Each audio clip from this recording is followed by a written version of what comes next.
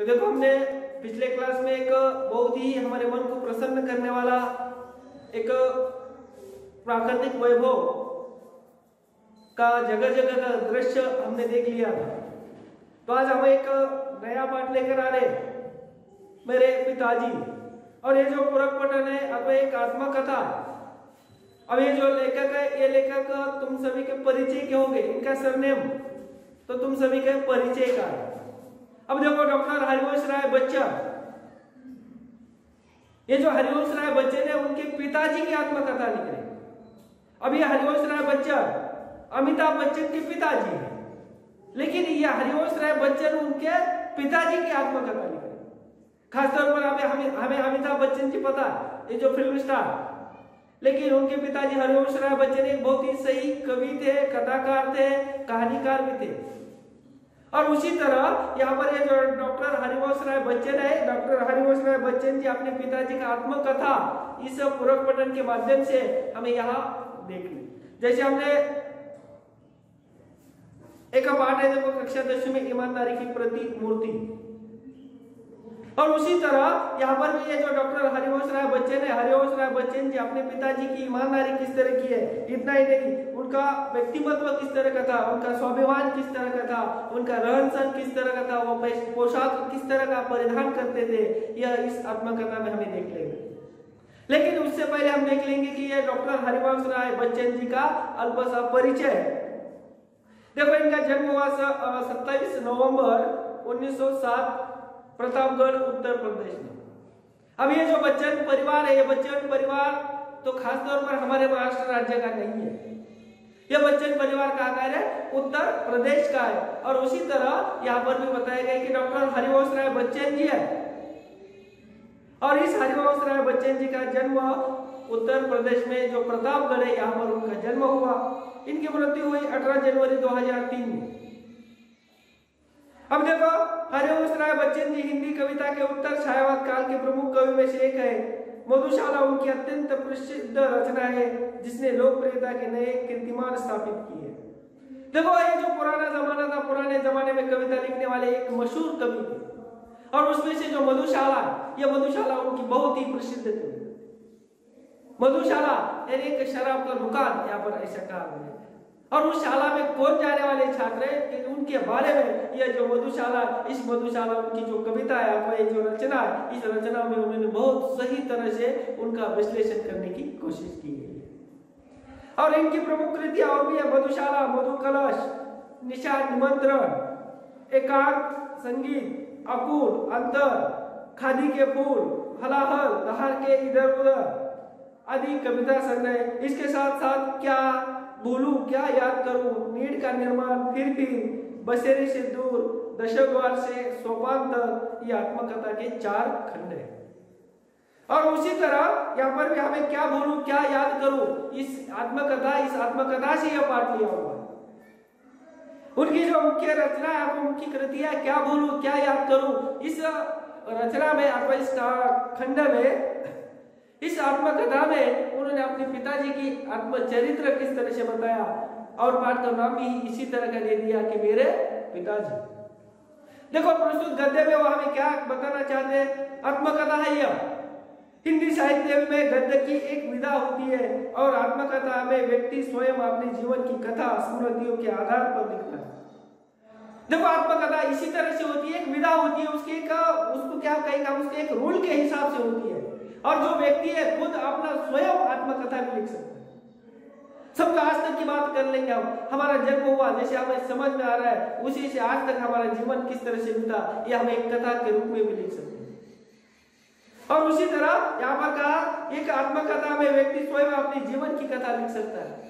स्मृतियां, यादें, जैसे हम आज मानो कक्षा 9वीं पढ़ रहे, लेकिन हमारा कक्षा पहली का जो भी क्लासरूम किस तरह का था, उस समय हम किस तरह के कपड़े पहनते थे, हमारा पाठशाला में जाने का समय कौन सा था, हम पाठशाला में लिखते समय किस तरह से लिखते थे, हम जो भी पहली से पढ़ाई करते समय किस तरह से पढ़ाई करते थे, ये यादें हमें एक बचपन की यादें भी हम उस आत्मकथा में लिख सकते हैं। और दूसरी बात कही है निपक्षता, आत्मकथा का आवश्यक पक्ष है निपक्षता, उसमें कुछ भी नहीं है। हमें जो सही लगेगा वही। निष्पक्ष हम किसी दूसरों के बारे में लिख रहे हैं क्या? अगर मानो खुद की आत्मकथा लिख रहे नहीं है। निष्पक्ष जो सच है वही सच ही उसमें लिखना चाहिए। और प्रस्तुत पाठ के माध्यम से बच्चन जी ने अपने पिता का रहन सहन, देखो अपने पिताजी का, बच्चन जी यानी कौन? हरिवंश राय बच्चन जी। वो उनके पिताजी का रहन सहन, उनका रहने का तरीका किस तरह का था। इतना ही नहीं, व्यक्तिमत्व, देखो व्यक्तिमत्व की बात नहीं है। जैसे हम देखते हैं कि समाज में बहुत बड़े बड़े जो व्यक्तिमत्व वाले अथवा एक सही व्यक्तिमत्व वाले व्यक्ति होकर चले गए। समझो आजादी की बात हम कर लिए तो आजादी में महात्मा गांधी जी का व्यक्तिमत्व देखेंगे, लोकमान्य तिलक है, सरदार वल्लभ भाई पटेल रहो, जैसे हम लाल बाल कहते हैं, लाल बहादुर शास्त्री रहो अथवा चंद्रशेखर रहो, भगत सिंह रहो, राजगुरु रहो, ऐसे जो व्यक्ति थे उनका व्यक्तिमत्व बहुत ही सही था। उसी तरह यहाँ पर हरिवंश राय अपने पिताजी का व्यक्तिमत्व, जैसे यहाँ पर एक बात कही है कि जब उनका जन्म हुआ था उस समय हमारे देश को तो आजादी नहीं थी, उनका जो पूरा रहन सहन देश के एक गुलामी में चला गया। दृढ़ता, स्वाभिमान, देखो कभी किसी के सामने झुकते नहीं थे, जो भी है अपने स्वाभिमान के साथ जीते थे। कर्तव्य निष्ठा, जो काम है एक अपना कर्तव्य है और उसको एक निष्ठा से पूरा करने की कोशिश करते थे। आदि गुणों के साथ साथ देश काल परिस्थितियों स्वयं आने वाले संस्कारों यो परिवर्तनों को प्रभावी ढंग से चित्रित किया। देश का संस्कार किस तरह का, देश की परिस्थिति क्या थी? मैं पहले कह रहा था कि देश में एक गुलामी में था, हमारे देश पर पूरा अमल किसका था? अंग्रेजों का अमल था। उस समय देश की उस परिस्थिति कैसी थी, फिर भी अपना जो एक स्वाभिमान है, अपनी जो कर्तव्य निष्ठा, इस कर्तव्य निष्ठा से वो किस तरह से कार्य करते थे और इस अथवा उनके संस्कार किस तरह के थे। और आगे बताए युग परिवर्तनों को प्रभावी ढंग से उन्होंने एक यहाँ पर बताने की कोशिश की है, चित्रित किया।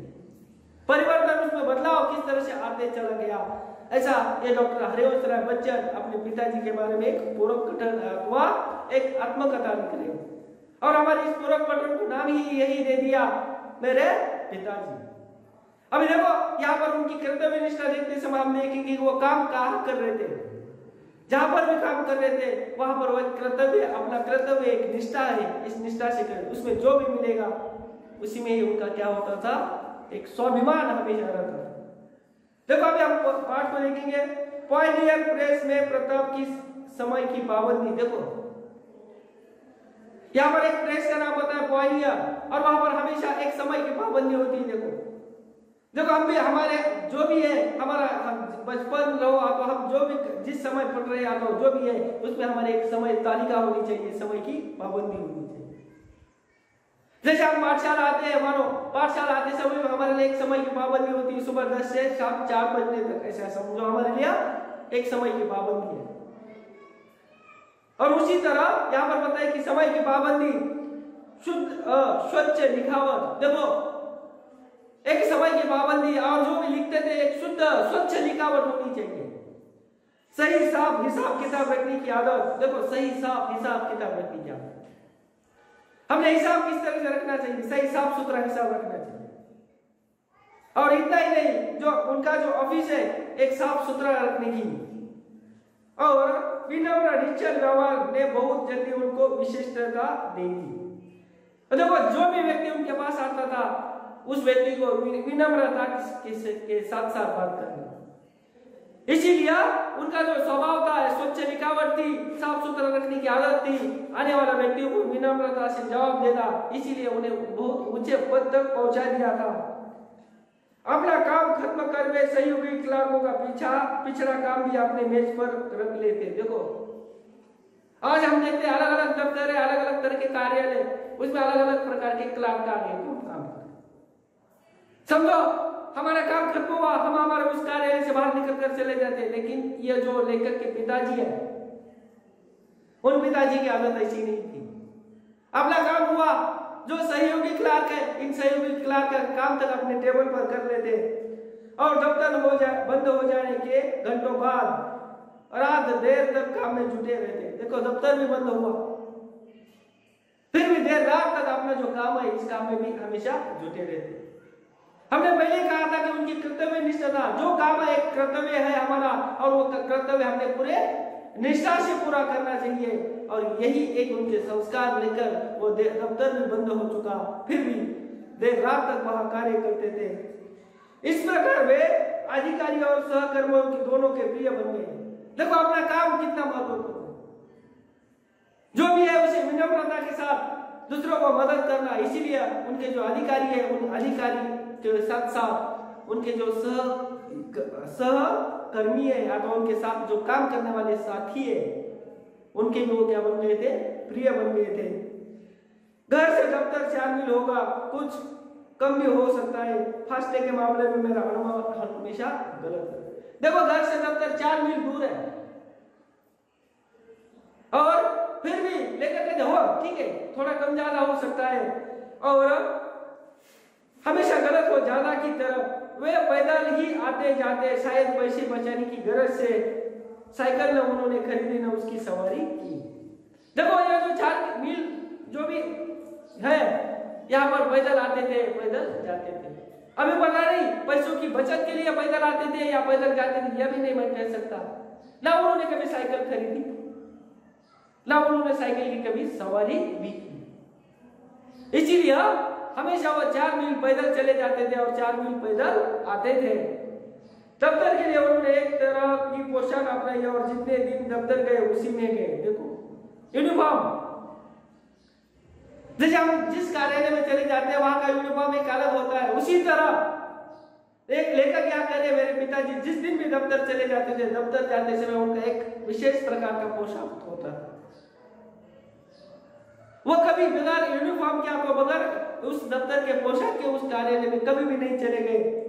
और उसमें दफ्तर में क्या गए, देखो उसी में काला जूता, हमेशा उनके पैरों में काला जूता, ढीला पायजामा और आजकल उनके लंबे शरीर पर खूब हफ्ती थी और दुपतली टोपी। आजकल जैसे हम जैकेट विकेट कहते हैं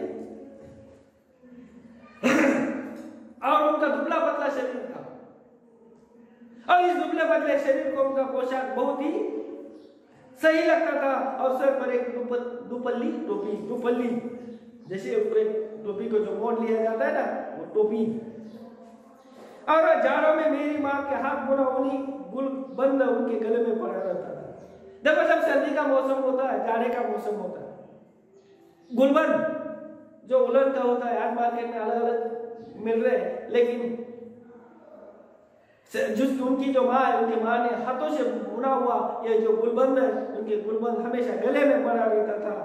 दफ्तर से बाहर के लिए वे धोती पर बंद गले का कोट पहनते थे। जिस दिन दफ्तर नहीं जाना, बाहर चले जाना, धोती और ऊपर एक बंद गले का कोट पहनते थे। सिर पर फेल्ट कैप जो उन दिनों विलायत से आती थी और काफी महंगी होती थी। फेल्ट कैप एक सर पर एक अलग प्रकार की विलायती टोपी, और जो उस दिनों एक विलायत से आती थी, बाहर देशों से आती थी और थोड़ी महंगी थी, फिर भी उन्हें अपने सर पर पहनते थे।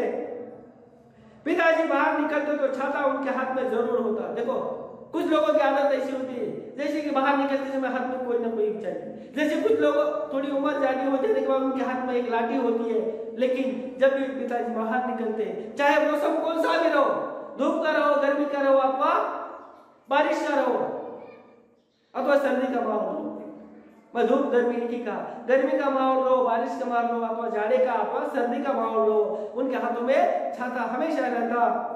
मौसम साफ हो और रात हो तो वे छड़ी लेकर चलते थे। देखो अगर मौसम साफ है, शाम का समय है, तो हाथ में छड़ी लेकर चलते थे, पर पतली नहीं, अच्छी मोटी मजबूत।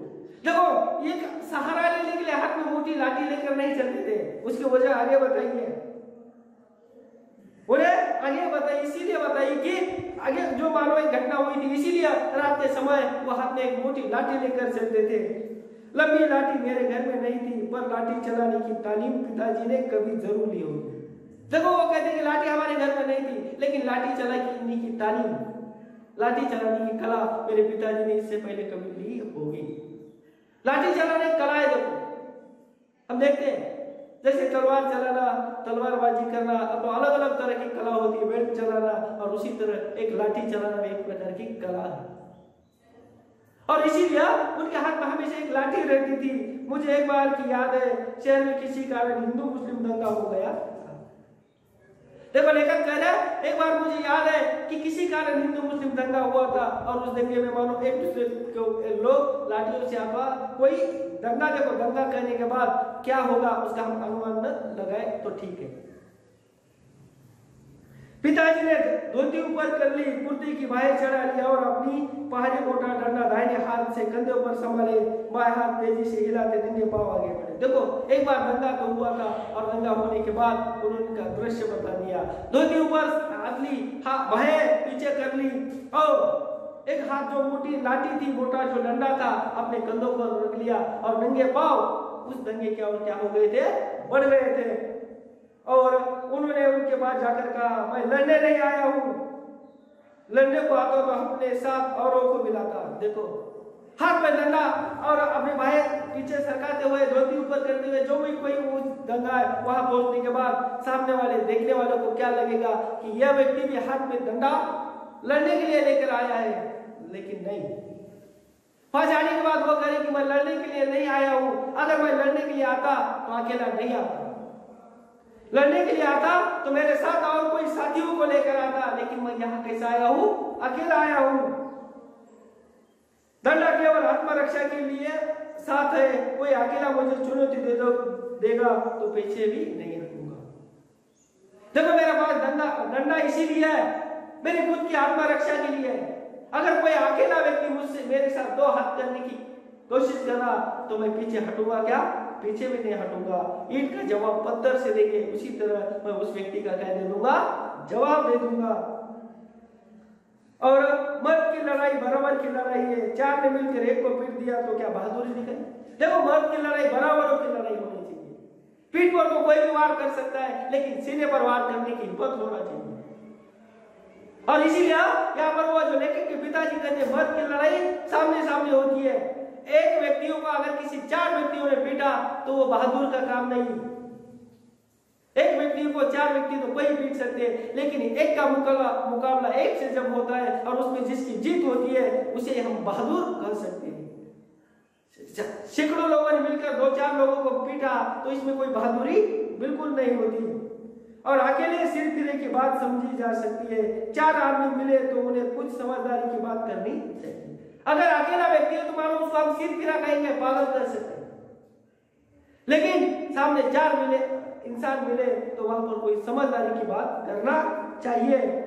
इस तरह की लड़ाई तो बेसमझी की लड़ाई है, कहीं किसी ने किसी को मारा, अपनी दूसरी जगह किसी ने दूसरों को मारा। देखो यहाँ कोई किसी को मार रहा है, एक व्यक्ति दूसरों को मार रहा है, दूसरा व्यक्ति तीसरे को मार रहा है, अथवा एक दूसरे में मारपीट हो रही है, इसे हम कोई बहादुरी अथवा समझदारी की लड़ाई कर सकते हैं क्या, नहीं कर सकते। कहीं किसी ने किसी को मारा, अपनी दूसरी जगह किसी ने दूसरी को मार दिया। देखो कोई यहाँ एक दूसरे को मार रहा है तो कोई वो वहां एक दूसरे को मार रहा है, इसको कोई मारपीट अथवा समझदारी कह सकते हैं कि हम कभी भी नहीं। धर्म का नाता है तो पास पड़ोस इंसानियत का नाता भी है। देखो हर एक व्यक्ति अपने धर्म के लिए लड़ रहा है। मानो यहाँ पर धर्म कौन से थे, एक हिंदू और दूसरा मुस्लिम, इन दोनों धर्मों में लड़ाई दंगे हो रहे थे मानो उसी से। और इसीलिए यहाँ पर वो जो बच्चन के पिताजी समझा कर कह रहे थे, मानो तुम धर्म के लिए लड़ रहे हो, ये बात ठीक है, लेकिन पड़ोस में इंसानियत का भी नाता है। हमारे पड़ोस में कौन से जाति का, कौन से धर्म का, कौन से पंथ का कोई रह रहा है, ये तो हमें पता है क्या नहीं है। वैसे तो हमारे हिंदुस्तान अगर हमने देख लिया तो अलग अलग जाति धर्म और पंथों से बना हुआ है। सिर्फ हमारे हिंदुस्तान एक ही धर्म के लोग हैं ऐसा भी नहीं है। यहाँ हिंदू भी है, मुस्लिम भी है, क्रिश्चियन भी है, बौद्ध भी है, अथवा सिख भी है। ऐसे अलग अलग धर्मीय लोग हमारे हिंदुस्तान में रहते हैं। और इसीलिए धर्म से ज्यादा उन्होंने इंसानियत की बात कर दी थी। और इंसान मेल से रहने को बना है, लड़ाई कितने दिन चलेगी। देखो इंसान मेल से रहने के लिए बना है, एक कोई भी इंसान अकेला नहीं रह सकता। उसे परिवार की जरूरत होती है, समाज की जरूरत होती है, माहौल की जरूरत होती है, अपनी सोसाइटी की जरूरत होती है। और इसीलिए यहाँ पर उन्होंने कहा इंसान मेल से रहने के लिए बना है। लड़ाई कितने दिन चलेगी, एक दिन, दो दिन, 4 दिन, 5वें दिन फिर सुलह से रहना होगा। देखो झगड़ा करने से कोई फायदा नहीं है। हम एक दिन झगड़ा कर सकते हैं, 2 दिन कर सकते हैं, लेकिन हमें कब किसी को किसकी जरूरत लगेगी इसका कोई अंदाज लगा सकते हैं क्या? और 2, 4, 10, 12, 100, 50 हिंदू मुसलमानों के कट मरने से न हिंदुत्व समाप्त होगा ना इस्लाम खत्म होगा। देखो यहाँ कितनी अच्छी बात बताई है। समझो 150 हिंदू के लोग मारे गए, 100-200 मुस्लिम के लोग मारे गए। इसीलिए ना हिंदू यहाँ का समाप्त होगा, ना मुस्लिम धर्म यहाँ का समाप्त होगा, बल्कि उसके खिलाफ यहाँ दुश्मनी क्या हो सकती है, बढ़ सकती है। इसीलिए दुश्मनी बढ़ाने के बजाय हमने क्या करना चाहिए, इंसानियत का नाता बनाना चाहिए। और साथ रहना है तो खूबी इसी में है कि मेल से रहे। देखो हमें एक साथ साथ रहना है तो खूबी इसी में है कि मेल से रहे। झगड़ा करने से, दंगा करने से अथवा एक दूसरे को मारने से किसी का धर्म समाप्त नहीं होता। ना सिर्फ यहाँ कौन मरती है रे, इंसानियत मरती है। धर्म मर रहा है क्या, नहीं है। यहाँ मौत सिर्फ एक इंसान की होती है, धर्म की मौत हो रही क्या, बिल्कुल नहीं। और इसीलिए वो करें कि हम दंगे फसाद कितने दिन कर सकते, 2 दिन 4 दिन 5 दिन, लेकिन हमें एक दूसरे को बाद में मेल से ही रहना होता है। और खूबी इसी में है, हमारी भलाई इसी में है कि हम एक दूसरे के मेल से रहे, एक दूसरे से टकराने की जरूरत नहीं। दुनिया बहुत बड़ी है, एक दूसरे से हमें टकराने की जरूरत नहीं। दुनिया में देखो क्या चल रहा है, दुनिया हमारे लिए बहुत बड़ी दुनिया। और पिताजी की बातों का असर हुआ। उस दंगे में फिर कोई वारदात नहीं हुई। आगे भी कई बार जब शहर में हिंदू मुस्लिम दंगे हुए, हमारे मोहल्ले में शांति बनी रही। देखो इस पिताजी के बाद का उन लोगों पर बहुत ही असर पड़ा। उस दिन से हमारे यहाँ अथवा हमारे मोहल्ले में कोई भी वारदात नहीं हुई, कोई दंगा नहीं हुआ, कोई फसाद नहीं हुई। इतना ही नहीं, शहर में भी कुछ दंगे फसाद में हो गए तो हमारे ही मोहल्ले के लोग एक इंसानियत का नाता, अब एक भाई भाई के नाते की तरह एक दूसरे से मेल में रह रहे थे। और यही मेरे पिताजी के बातों का क्या था, असर था। यही मेरे पिताजी का क्या थी, एक कर्तव्य निष्ठा थी, एक इंसानियत का थी। और मेरे पिता का दैनिक जीवन पूरा एक ढरे पर चलने वाला, देखो नियमबद्ध और नैमित्तिक था। मेरे पिताजी का हर दिन का जो भी है, हर दिन का व्यवहार एक समय के अनुसार था, समय तालिका के अनुसार था, एक नियमबद्ध था। सारा खाना उसी समय खाते थे अथवा चाय पीना एक ही समय पीना, जो भी कार्य एक नियमबद्ध होता था। और वे सवेरे 3 बजे उठते। देखो उनके नियम बताए, सवेरे कितने बजे उठते, 3 बजे उठते। हम तो 3 बजे भरपूर नींद में उठते। लेकिन मेरे पिताजी का नियम बता रहा हूं मैं, सुबह 3 बजे उठते, शौचालय से निवृत्त होते और ठीक 3:30 बजे गंगा स्नान के लिए चले जाते। देखो सुबह का जो भी कार्य है वो करने के बाद ठीक 3:30 बजे गंगा जो नदी है, इस गंगा नदी में स्नान करने के लिए चले जाते। कितने बजे, 3:30 बजे। और पैदल आते, गंगा जी घर से 3-4 मील के फासले पर होगी। देखो गंगा नदी घर से 3-4 मील दूर थी और 3-4 मील पैदल चले जाते। और सुबह कितने बजे, 3:30 बजे उनका हर दिन का नियमबद्ध प्रोग्राम था। और वे ठीक 6:30 बजे नहा कर लौटते। देखो 3:30 बजे पैदल चले जाना, वहां जाने के बाद गंगा में स्नान करना और स्नान करके घर पर 6:30 बजे लौटते। साथ में एक सुराही गंगा जल मिलाते, साथ में मानो जो उनका जो मंडल है अथवा हाथ में जो गंगा जल अथवा जो पानी लाने का साधन है, उसमें साथ में स्नान कर वो गंगा जल घर पर लेकर आते और पूजा पर बैठ जाते। पूजा के लिए जीने के नीचे एक छोटी सी कोठरी थी, बगल की दीवार में अलमारी थी। देखो, और जब गंगा से स्नान कर गंगा जल लेने आने के बाद पूजा करने के लिए बैठते। मानो उस समय उनका घर छोटा होगा और इसीलिए जो घर पर चढ़ने का जीना है, उस जीना के नीचे एक पूजा के लिए कोठरी बनाई थी और एक पूजा के लिए पूजा घर बनाया हुआ था। और उसके बाजू में एक अलमारी थी, उस पर एक बस्ते में बंधी पुस्तकें रखी रहती। देखो उस पर एक अलग अलग कपड़ों में बंधी एक किताबें रखी रहती। जैसे आज भी हम देखो समझो हिंदू धर्म में जो अलग अलग तरह के पवित्र धर्म ग्रंथ होते हैं, एक कपड़े में बांध कर मानो हमारे जो पूजा घर है उसके आसपास ही रख लिए जाए।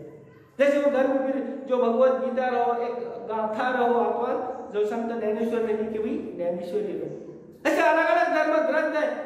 उस धर्म ग्रंथों को उस एक कपड़े में बांध कर रखा जाता है। और उसी तरह लेखक बता रहे कि पिताजी का जो भी पूजा करने का घर था उसके पास जो अलमारी थी, उस अलमारी में ऐसे अलग अलग कपड़े में बांधे हुए किताबें थी, और एक रामचरितमानस और दूसरी गीता। देखो रामचरितमानस और दूसरी कौन सी थी? गीता। जैसे हिंदू धर्म का एक पवित्र धर्म ग्रंथ है और वो गीता उस कपड़े में बांधी रहती। पूजा की कोठरी में कोई मूर्ति न थी। देखो जहां भी पूजा करते थे वहां कोई मूर्ति न थी। दीवार से राम, कृष्ण, शिव, गणेश, हनुमान, सरस्वती, लक्ष्मी, दुर्गा की शीशे जड़ी छोटी छोटी तस्वीर लटकी थी। जैसे हम हमारे घरों में भी अलग अलग भगवान की तस्वीर लटका देते ना, उसी तरह सरस्वती, गणेश जी, हनुमान, कृष्ण, राम, लक्ष्मी, दुर्गा, ऐसे जो अलग अलग देवता है, इन देवताओं की तस्वीर जो शीशे में बंद, जैसे जो शीशा है ना, अंदर से तस्वीर, ऊपर से शीशा लगा हुई है, तस्वीर दीवार पर लटकी रहती। पिताजी को बहुत झुककर उस कोठरी में जाना होता और जब वे आते उसमें बैठ जाते तो बस इतनी ही जगह बस्ती के सामने रहन रख कर उस पर मोतियां खोली जा सके। देखो वो जो कोठरी थी बहुत छोटी थी, उसमें पिताजी को हमेशा झुक कर जाना पड़ता था। इसीलिए जब भी उस कोठरी में पिताजी बैठते, उस पूजा के घर में पिताजी बैठते तो बिल्कुल जगह खाली नहीं रहती। जब पिताजी बैठते तो बैठने के बाद उस पर सिर्फ एक रहन रखने के लिए जगह थी। रह लेने जैसे हम आज के जमाने में उसको स्टैंड कहेंगे, अथवा जो गीता, कुरान, ऐसा जो ग्रंथ है ना, ग्रंथ पढ़ने के लिए लकड़ी का जो एक हिस्सा बनाया रहता है ना, एक स्टैंड बनाया रहता है, उसको रेल कहा है। सिर्फ इतनी रेल रखने की जगह वहां पर रहती और वे मानस का नौवाहिक पाठ करते, यानी प्रतिदिन इतना कि 9 दिनों में पूरी रामायण समाप्त हो जाए।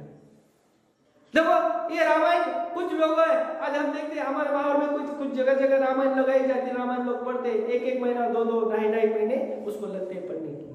लेकिन उनका हर दिन उनका एक नियम बना हुआ था कि एक नौवाहिक रामायण पूरी कितने दिनों में पढ़ने की समाप्त होना चाहिए? 9 दिनों में समाप्त होनी चाहिए। ऐसा उनका एक समय का अथवा एक नियमबद्ध प्रोग्राम था। प्रतिदिन इतना कि 9 दिनों में पूरी रामायण समाप्त हो जाए।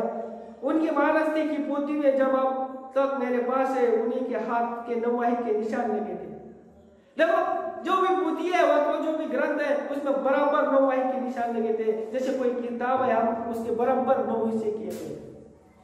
जैसे हम कोई एक हमारी किताब है उसमें एक निशान कागज की पर्ची लगा कर देते, उसी तरह उनके ग्रंथों में भी बराबर 9 हिस्से कर रखे थे और हर दिन उतना पढ़ना मतलब पढ़ना ही है, ऐसा उनका एक नियम था। और पाठ में स्वर करते थे। स्वर देखो कोई ग्रंथ पढ़ रहे हैं, हम कोई कर रहे हैं, उसमें हमारा स्वर कितना कैसा होना चाहिए। और जब भी हम पढ़ रहे हैं ना, अगर हमारा स्वर सही है तो सुनने वालों को भी क्या लगता है, थोड़ा अच्छा लगता है। लेकिन हमारा स्वर इधर उधर है तो सुनने वाला भी हमारा स्वर कोई भी सुनेगा क्या? और वो जो भी ग्रंथ पढ़ते, जो भी पोथी पढ़ते, आप जो भी पाठ करते, स्वर पढ़ते, उनकी आवाज सुरीली नहीं थी। गाते मैंने उनको कभी नहीं सुना, ठीक है, उनकी आवाज इतनी सुरीली नहीं थी, फिर भी स्वर एक अच्छे स्वर में पढ़ते थे। और उनको गाते समय मैंने कभी नहीं सुना, पर उनका स्वर साफ, सप्रान और लय पूर्ण था और कोठरी में से निकली उनकी आवाज सारे घर में गूंजती। देखो इतना कभी उन्होंने एक अच्छी आवाज में मैंने गाया हुआ नहीं सुना, लेकिन उनकी आवाज बहुत सुरीली थी। जब भी उस कोठरी में बैठकर वो गाते थे अथवा उसको पढ़ते थे तो उनकी आवाज एक स्पष्ट आवाज रहती थी और उनकी आवाज पूरे घर में गूंजती। आवाज की पहली स्मृति मुझे उन्हीं के मानस पाठ के स्वर की है। जब तक मैं उनके साथ रहा, प्रतिदिन उनके पास का स्वर मेरे कानों में गया। देखो यहां पर कहा कि उस रामायण की, उस राम चरित्र की यहाँ पर उनकी क्या थी, एक पाठ रहती थी। और जब भी मैं उनके पास रहा तो उनके पास ही वो जो उनके स्वर थे मेरे कानों में हमेशा गूंजते रहते थे। मैं कल्पना करता हूँ कि मैं जन्म के पहले दिन से ही मैंने उनका पाठ स्वर सुनना शुरू कर दिया होगा। देखो लेकिन अनुमान कर रहे हैं, अंदाज कर कर रहे हैं कि मेरा जन्म होने से पहले ही मैंने ये जो उनका पाठ है ये सुना होगा। निश्चित जब उन्हें कहने का मतलब यह था कि जब मैं मेरे माँ के पेट में था तभी ये पिताजी नामस्मरण करते होंगे, ये पढ़ते होंगे और वही लफ्ज मेरे कानों में चले गए होंगे। और सॉरी पूजा की कोठरी के सामने दालन के लिए एक सिरे पर बनाई जाती थी। राधा बताया करती थी कि जब मैं बच्चा था तब चाहे कितना ही रोता क्यों न हो, जैसे ही मेरा खटोला पूजा की कोठरी के सामने लाकर डाल दिया जाता था तो मैं चुप हो जाता था। देखो यहाँ पर छोटे बच्चों को जो जिसमें सुनाया जाता है उसको हम खटोला कहते हैं। जैसे मराठी में उसका हम पालना, वो बात लेना नहीं है यहाँ पर। लेकिन जब भी वो कहते हैं कि मैं छोटा था, मेरे पिताजी वो पूजा पाठ करते थे, कोई स्वर में पढ़ते थे, उसी समय मैं छोटा होने के नाते जब मैं रोता था, बहुत जोर जोर से रोता था, तो मेरा खटोला उठाकर कहाँ रखा दिया जाता था, उस पूजा घर में आता उस कोठरी में रखा जाता था। और जैसे पिताजी के जो स्वर मेरे कानों में चले जाते तो मेरे रोने की आवाज क्या हो जाती थी, बंद हो जाती थी। ऐसा ये कौन कह रही थी, कहा यहाँ पर राधा बताया करती थी। मैं चुप हो जाता था जैसे मैं भी पिताजी का मानस पाठ सुन रहा, और जैसे कि रामचरित मानस कहा था ना, और वही लेकर कह रहे कि जैसे मैं पिताजी का रामचरित मानस अब वो पाठ सुन रहा हूँ। मेरी माता तथा परिवार के अन्य लोग इसमें मेरे पूर्व जन्म के धार्मिक संस्कार की कल्पना करते हैं। देखो मेरे माता पिता अथवा मेरे पिताजी मेरे पूर्व जन्म के धार्मिक संस्कार की कल्पना करते हैं। परिवार कैसा होना चाहिए, देखो एक संस्कारिक परिवार होना चाहिए, एक धार्मिक परिवार होना चाहिए।